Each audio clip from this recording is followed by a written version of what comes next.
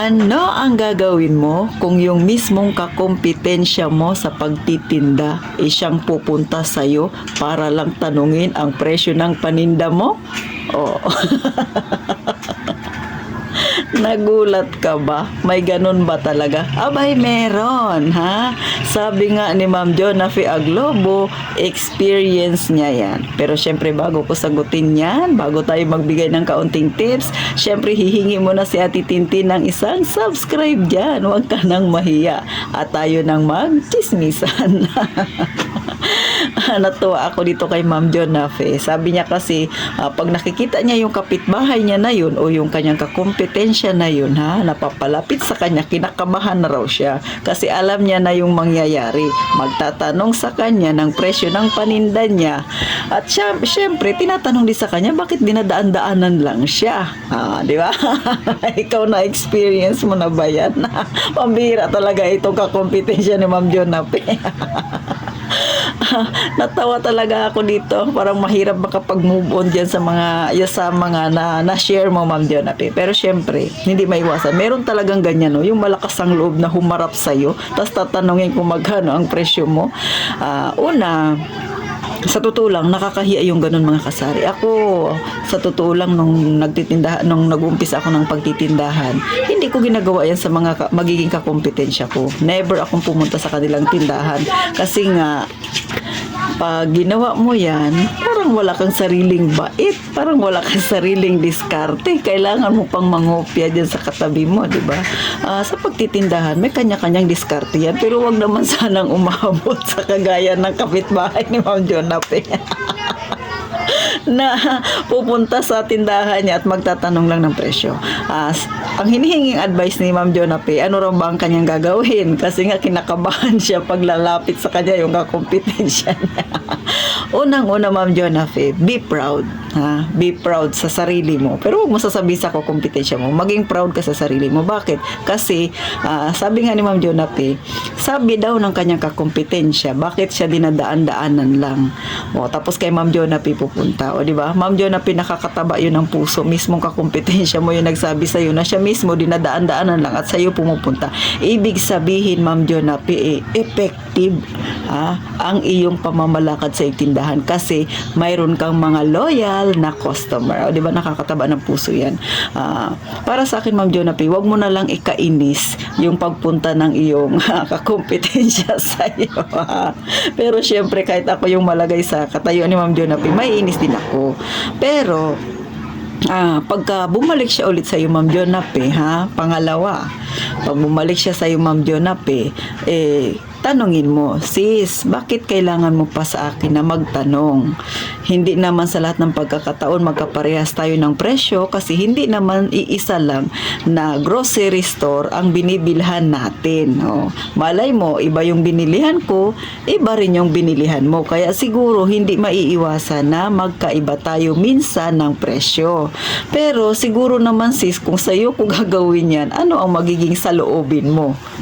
Kausapin mo siya, Ma'am Jonafe, kasi wala namang masama kasi nga siya kaya niyang gawin sa iyo na makipag-usap, magtatanong ng presyo mo. So ikaw, lakasan mo rin yung loob mo, sabihin mo sa kanya ano ang dahilan, bakit kailangan niya pang magtanong ng presyo mo para gawing presyo niya. Di ba? May kanya-kanya tayong diskarte. Pero believe ako sa iyo, Ma'am Jonafe, kasi matindi yung kapitbahay mo at syempre pa yung pagtitimpi mo talaga. Katuwa talaga ito si Ma'am Jonafe. Yun ang una mong gawin. Syempre, sabi ko nga, be proud sa sarili mo kasi ginagaya ka ng kapitbahay mo or ng kakompetensya mong tindahan. Pero syempre, wag mo sasabihin sa kanya. Pangalawa, kausapin mo siya. Bakit kailangan niya pang pumunta sa'yo? Kung katulad dito sa amin mga kasari, yung mga grocery store dito ay marami din. Kaming mga may tindahan dito, minsan magkakaiba rin kami ng presyo. Pero never kong ginawa yan sa aking kakompetensya na pupunta ako doon magtatanong. Kasi nga, parang nakakaiba yun. Parang wala kang sariling diskarte. Ba't ka pa nagtindahan? Hindi ka naman pala marunong magpatakbo ng tindahan. Kailangan mo pang manggaya. Pauna lang hindi masamang manggaya. Pero wag naman to the point na pupunta ka doon sa kompetensya mo at doon ka magtatanong ng presyo para yun din ang ipresyo mo. Napakapangit po. syempre, tayong mga may tindahan, lalo na yung mga nanonood ng mga ganitong vlog, kahit hindi sila ganun kagaling sa pagtitindahan, pero dahil nanonood sila, natututo silang magpresyo. Sabi ko nga, ang pagpepresyo, di ba, ay 10%, 15%, 20%. So, nasa sa atin na lang yan kung paano natin yan gagawin sa ating tindahan. Kasi syempre, ikaw yung nakakaalam ng environment ninyo dyan, gaano ka ba magpresyo at ano ba yung kakayahan ng mamimili sa inyo kung ganito yung ilalagay mong presyo. Pero, wag to the point na pupunta ka doon sa kakompetensya mo, napakapangit. Yun ang una mong gawin, Ma'am Jonapi, ha? Kausapin siya ng masinsinan. Bakit ginagawa niya sa'yo na pupunta pa? At bakit kailangan magkaparehas kayo ng paninda?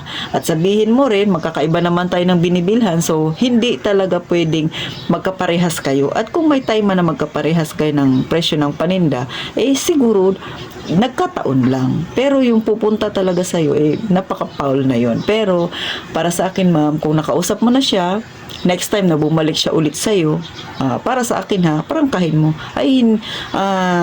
Hindi ko na sasabihin sa'yo kung magkano ang presyo ng paninda ko. Maliban na lang kung bibili ka ng sardinas, malalaman mo ang presyo ko.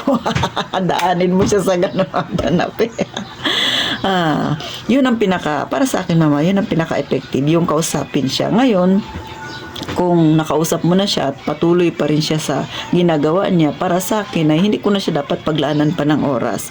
Pero kung sa tingin mo ay naging okay naman yung pakikipag-usap, habaan mo na lang yung pasensya. Ipaliwanag mo na ang pagtitindahan ay may kanya-kanyang diskarte yan. So, diskarte mo to, hayaan, wag mong gayahin yung diskarte ko, nasa sa'yo yan. At saka, syempre, siguro, ma'am, kaya ka pinupuntahan dyan ng mga loyal mo na customer kasi maayos kang makiharap. Kaya nga, gaya ng mga pinapayo ko sa mga kagaya nating kasari, maging maayos kayo sa pakikiharap ninyo sa inyong customer. At sigurado, kahit ilang tindahan pa yan ang sumulpot dyan, mananatiling loyal sa'yo ang customer mo. Kasi nga, magaling kang humawak ng customer. Customer relationship pa rin nga. So, paano, Ma'am Jonapi, sana kahit paano ay nakatulong sa iyo. Salamat sa pag-comment mo. At kayo mga kasari, kung may mga katanungan kayo, pwede nyo diyang i-comment sa baba. Siyempre, pag-usapan natin yan. At gaya nga ng palagi sinasabi ko, mag-iingat tayong palagi, mga kasari.